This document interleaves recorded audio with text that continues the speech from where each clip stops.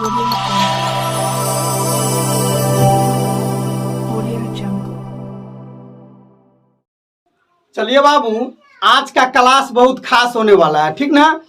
इस चैप्टर में जो हम आज एक नया टॉपिक पढ़ेंगे अपने एनसीईआरटी बुक का क्लास 10th का, वह है दो चर वाले रैखिक समीकरण, ठीक है। इसीलिए पूरे वीडियो के साथ बने रहिएगा। चलिए देखते हैं। दो चर वाले रैखिक समीकरण दो चर वाले रैखिक समीकरण हमको आज पढ़ना क्या है? दो चर वाले रैखिक समीकरण, ठीक है। Linear equation in two variable, इसको हम यह भी कह सकते हैं linear equation in two variable. कोई दिक्कत है? देखिए बाबू, दो चर वाले रैखिक समीकरण पढ़ाने से पहले हम आप लोगों को एक चर वाला रैखिक समीकरण क्या होता है उस पर भी कुछ चर्चा करेंगे, ठीक है। दो चर वाले रैखिक समीकरण पढ़ने से पहले हम जो है ना एक चर वाले रैखिक समीकरण के बारे में पहले पढ़ेंगे। चलिए देखते हैं क्या होता है। देखिए बाबू, एक चर वाले रैखिक समीकरण, ठीक है। एक चर वाला रैखिक समीकरण क्या होता है देखते हैं। तो देखिए, जो समीकरण A X plus B equal to 0 के रूप का होता है, ठीक है, उसे हम लोग एक चर वाला रैखिक समीकरण कहते हैं। कोई दिक्कत है? मतलब जो समीकरण ए एक्स प्लस बी बराबर 0 के रूप का होता है उसे एक चर वाला रैखिक समीकरण कहते हैं, ठीक है। जहां A does not equal to 0 तथा ए बी क्या होगा? वास्तविक संख्या हो। कोई दिक्कत है? देखिए थोड़ा ध्यान से। मतलब जो समीकरण ए एक्स प्लस बी बराबर 0 के रूप का होता है उसे हम लोग एक चर वाला रैखिक समीकरण कहते हैं, ठीक है। जहां ए 0 नहीं होना चाहिए। अगर बाबू ए 0 हो जाएगा तो यह मेरा चर जो है ना खत्म हो जाएगा, ठीक ना। अब देखिए, जैसे किस टाइप का रहेगा, जैसे 2x प्लस 10 बराबर 20, यह हो गया। 10x माइनस 10 बराबर 0, कोई दिक्कत। 3x बराबर 5 डॉट डॉट इस प्रकार से रहेगा। अब जो है बाबू, एक चर वाला रैखिक समीकरण का मानक या व्यापक रूप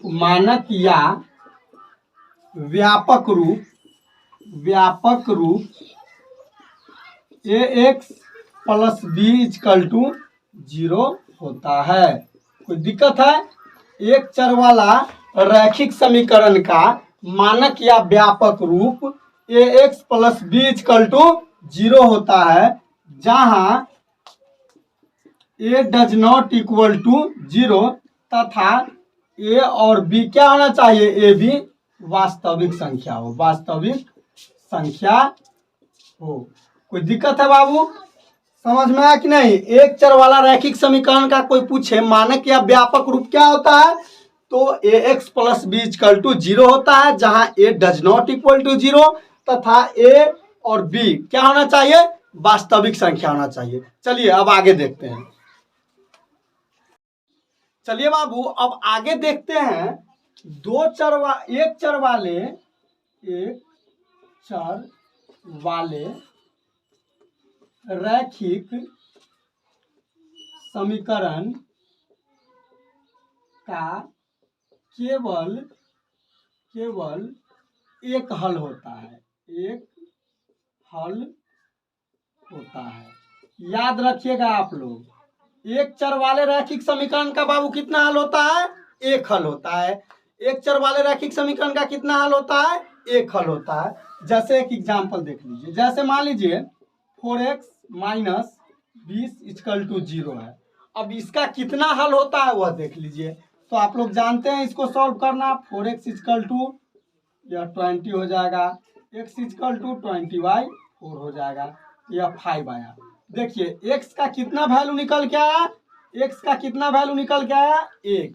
x का कितना वैल्यू निकल के आया? 1। इसीलिए एक चर वाले रैखिक समीकरण का हल कितना होगा? 1। अब देखिए अब आगे, एक चर वाले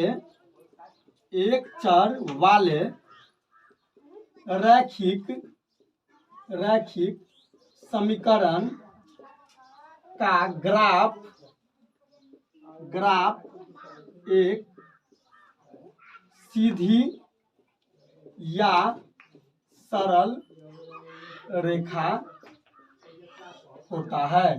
बाबू ध्यान से देखिए, कोई पूछेगा एक चर वाले रैखिक समीकरण का ग्राफ कैसा होता है, तो सरल या सीधी रेखा, सरल या सीधी रेखा।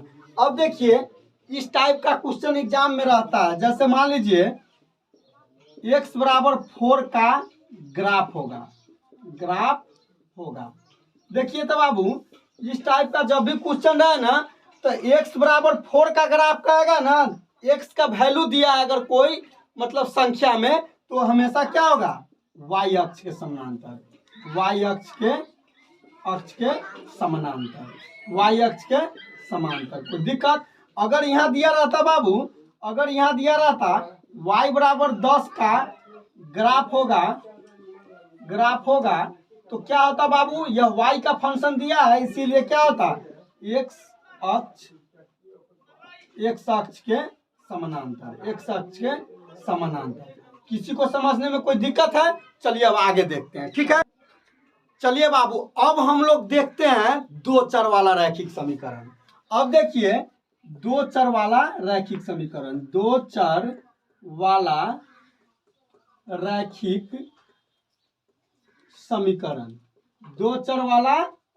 समीकरण। अब देखिए बाबू दो चर वाला रैखिक समीकरण क्या होता है, ठीक ना? तो देखिए जो समीकरण ax plus by plus c equal to 0 के रूप का हो उसे दो चर वाला रैखिक समीकरण कहते हैं। अब देखिए बाबू कोई पूछेगा दो चर वाला रैखिक समीकरण किसको कहते हैं, तो जो समीकरण ax plus by plus c equal to 0 के रूप का हो उसे दो चर वाला रैखिक समीकरण कहते हैं। कोई दिक्कत? अब देखिए जहां a तथा b does not equal to 0, नहीं a 0 होना चाहिए और नहीं b 0 होना चाहिए। क्यों? अगर a 0 हो जाएगा तो x 0 हो जाएगा, तो एक ही चर बचेगा। अगर b 0 हो जाएगा तो y 0 हो जाएगा, इसका मतलब एक ही चर बचेगा। तथा a b c वास्तविक संख्या हो। a b c क्या होना चाहिए बाबू? वास्तविक संख्या होना चाहिए। कोई दिक्कत? अब देखिए जैसे एग्जाम्पल में बता देते हैं, 2x प्लस 10y प्लस 10 बराबर 0, ठीक है। 3x प्लस 5y बराबर 20, ठीक है। x माइनस y बराबर 10 डॉट etc। यह जो है ना बाबू दो चर वाला रैखिक समीकरण है, ठीक है। अब देखिए दो चर वाला रैखिक समीकरण का मानक या व्यापक रूप ax plus by plus c equal to 0 होता है, ठीक है। जहां a और b does not equal to 0 तथा ए बी सी वास्तविक संख्या हो। कोई दिक्कत है बाबू? कोई पूछेगा दो चर वाला रैखिक समीकरण का मानक या व्यापक रूप क्या होता है, तो A X plus B Y plus C equal to 0 होता है, जहां ए और बी 0 के बराबर न हो तथा ए बी सी क्या होना चाहिए, वास्तविक संख्या होना चाहिए। चलिए बाबू अब आगे देखते हैं। अब देखिए बाबू, अब है दो चर वाले रैखिक समीकरण के हलों की संख्या। तो दो चर वाले रैखिक समीकरण के अनंत या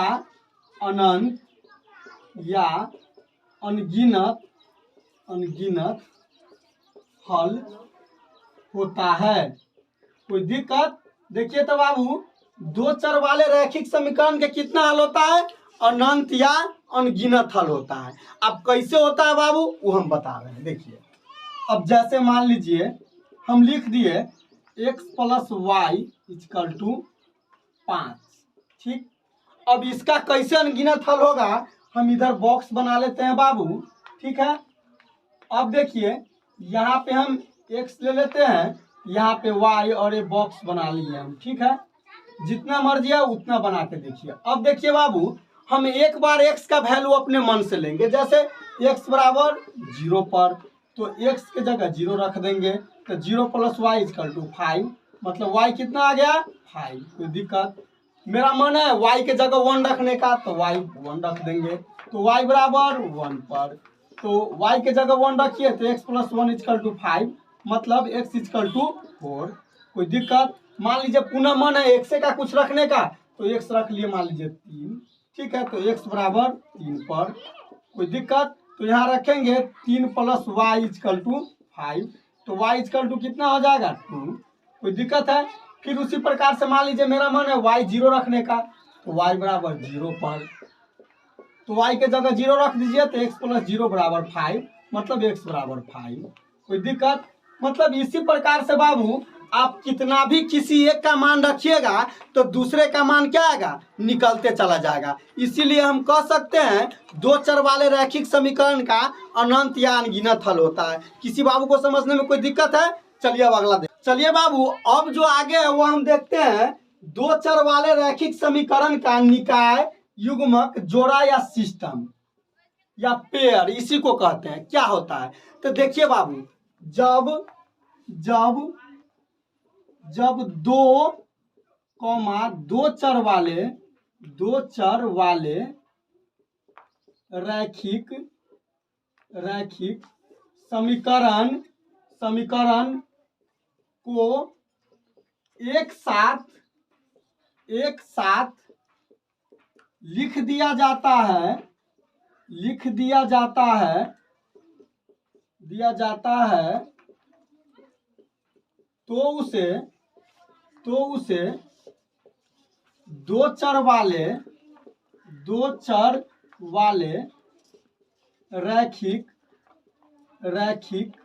समीकरण का निकाय,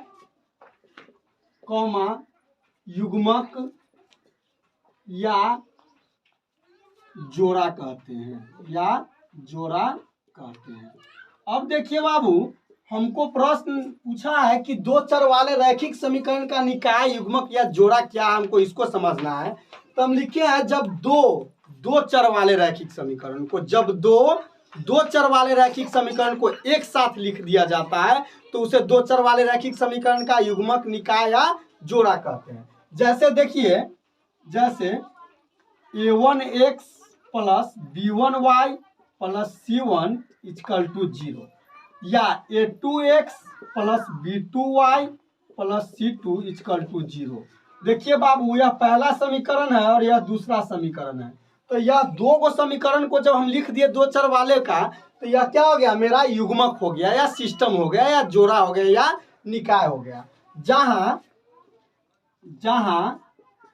a1 b1 c1 a2 b2 c2 वास्तविक संख्या हो। क्या होना चाहिए? वास्तविक संख्या तथा A1, B1, A2, B2 does not equal to 0 हो। मतलब A1, B1, C1, A2, B2, C2 वास्तविक संख्या होना चाहिए तथा A1, B1, A2, B2 क्या होना चाहिए? 0 के बराबर नहीं होना चाहिए। जैसे देखिए, अब जैसे हम लिख सकते हैं 2x plus 10y equal to हम क्या लिख सकते हैं? 12। ठीक है। x minus y equal to हम क्या लिख सकते हैं? 2x minus y equal to 1। तो यह दो को जो समीकरण हो गया बाबू, तो यह क्या हो गया? मेरा यही जोड़ा हो गया। कोई दिक्कत है समझने में? चलिए आगे देखते हैं। अब देखिए बाबू, अब जो है, अब मान लीजिए कि जब A1x plus B1y plus C1 equal to 0 और A2x plus B2y plus C2 equal to 0 दिया हो तब अब देखते हैं बाबू इसके गुणांक में क्या संबंध होता है, क्या रिलेशन होता है, वह समझते हैं। देखिए बाबू, तो पहला केस जो है, जब A1 by A2 does not equal to B1 by B2 हो तब। अब देखिए बाबू जरा ध्यान से, जब इसका मान लीजिए गुणांक में A1 बाई A2 अब बराबर नहीं होगा B1 बाई B2 तो क्या निष्कर्ष हो सकता है? तो देखिए, तो जब A1 बाई A2 बराबर नहीं है वो B1 बाई B2, तब इस निकाय का केवल एक हल होगा,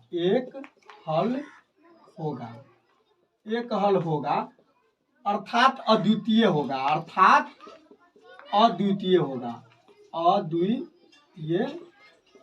कोई दिक्कत? अर्थात अद्वितीय होगा। कोई दिक्कत है बाबू? ठीक है। इसका ग्राफ जो होगा ना बाबू, इसका ग्राफ क्या होगा? प्रतिच्छेदी होगा। प्रतिच्छेदी होगा। इसका ग्राफ क्या होगा?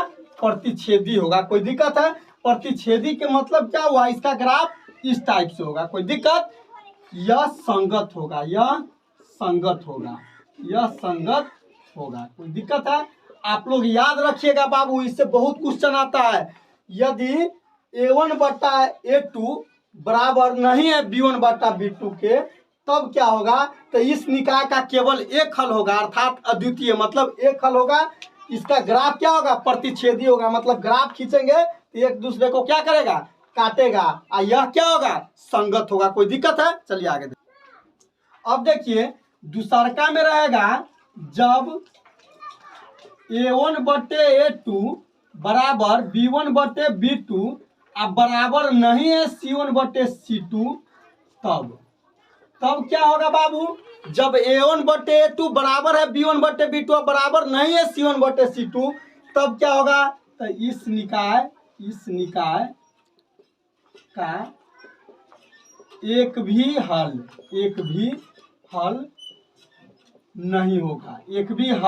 नहीं होगा। कोई दिक्कत है? इसका क्या होगा बाबू? एक भी हल नहीं होगा। इसका ग्राफ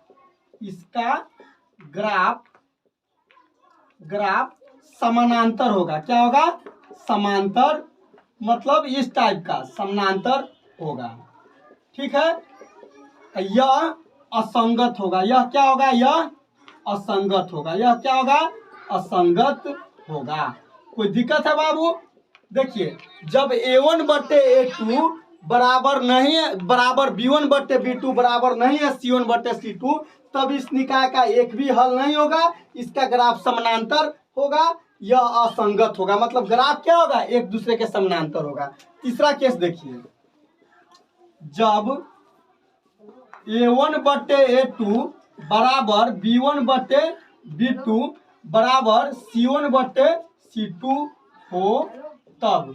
कोई दिक्कत है बाबू? अब देखिए, तब जब यह तीनों बराबर होगा तब क्या होगा? तो इस निकाय का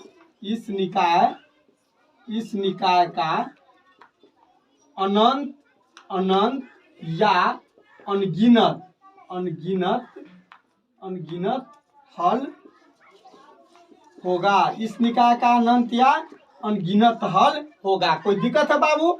अब देखिए इसका ग्राफ क्या होगा? संपाती होगा, संपाती होगा। इसका ग्राफ क्या होगा? संपाती होगा। कोई दिक्कत है? संपाती मतलब जैसे मान लीजिए एक रेखा खींचा हुआ है और इसी पर कोई दूसरा रेखा चला जाएगा, इसी को हम लोग क्या कहेंगे? ओवरलैपिंग, अर्थात संपाती होगा। और यह संगत होगा, यह संगत संगत होगा। यह क्या होगा बाबू? संगत होगा। इस बात को समझ गए? चलिए अब आगे देखिए। अब प्रश्न बाबू देखिए, मतलब क्या है कि दो चर वाले रैखिक समीकरण के हल करने के मुख्यतः चार बीजीय विधियां है। बाबू ध्यान से समझिए, कोई पूछेगा कि दो चर वाले रैखिक समीकरण के हल करने के मुख्यतः कितने बीजीय विधियां है? तो चार। अब कौन कौन है सो देखिए। एक में है बाबू, देखिए ध्यान से, एक में है आलेखीय या ग्राफीय विधि। ठीक, कोई दिक्कत? दो में है बाबू प्रतिस्थापन विधि। ठीक, तीन में है बाबू लुप्तीकरण या विलोपन विधि। ठीक है, या इसी को कहते हैं विलुप्तीकरण। कोई दिक्कत? अब देखिए चौथा है बाबू, चौथा है ब्रज गुणन विधि। अब देखिए कितना विधि से यह हल हो सकता है? चार विधि से। एक आलेखीय विधि है या ग्राफीय विधि, उसी का नाम है। दूसरा है प्रतिस्थापन विधि। ठीक है, तीसरा है लुप्तीकरण या विलोपन या विलुप्तीकरण, उसी का नाम है। और चौथा है ब्रज गुणन विधि। बाबू इस चारों विधि से हम कल के क्लास में, अगले वीडियो में आप लोगों को एक एक करके बताएंगे कि कैसे इस सबको सॉल्व करना है। ठीक ना? और चारों के चारों विधि हम आप लोगों को बताएंगे। दो चर वाले रैखिक समीकरण का कैसे ग्राफ खींचा जाता है, कैसे प्रतिस्थापन विधि से हल किया जाता है, कैसे लुप्तीकरण से, कैसे विलुप्तीकरण से, कैसे ब्रज गुणन विधि से। आज के लिए बस इतना ही बाबू। थैंक यू, धन्यवाद, शुक्रिया।